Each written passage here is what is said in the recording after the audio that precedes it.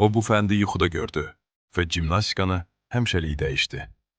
Bu elementi dünyada heç bir idmançı yerinə yetirməmişdi və yaxın 30 ildə də heç kim onu təkrarlaya bilməyəcək. 2025-ci il. Çinin Çendu şəhərində keçirilən Ümumdünya oyunları. Azərbaycanlı gimnast Tofiq Əliyev akrobatik cığırın üzərinə çıxır ki, ondan əvvəl mümkünsüz sayılan bir şey göstərsin. 3 qat salto və 3 qat dönmə. İnanılmaz dərəcədə çətin və riskli bir element. Amma bu hekayənin ən inanılmaz hissəsi başqadır. Bu element oyunlardan 3 ay əvvəl Tofiqə yuxuda görünmüşdü. O yuxudan oyanan kimi məşqçisi ilə birlikdə zala getdi və ikinci cəhddə bunu bacardı.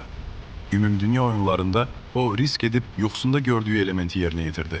Buna görə 30,5 xal topladı və gümüş medal qazandı. Amma onun gümüşü qızıl medalı kölgədə qoydu. Niyə? Çünki o, başqalarının 10 illiklər boyu etməyə cəsarət etmədiyi bir şey etdi. Tofiqin çıxışı bütün icmanı heyran etdi. Dünyanın hər yerindən tumbling azarkeşləri Beynəlxalq Olimpiya Komitəsinin səhifəsində şərhlər yazmağa başladılar və nəhayət tumblingin Olimpiya oyunlarının proqramına daxil edilməsini tələb etdilər.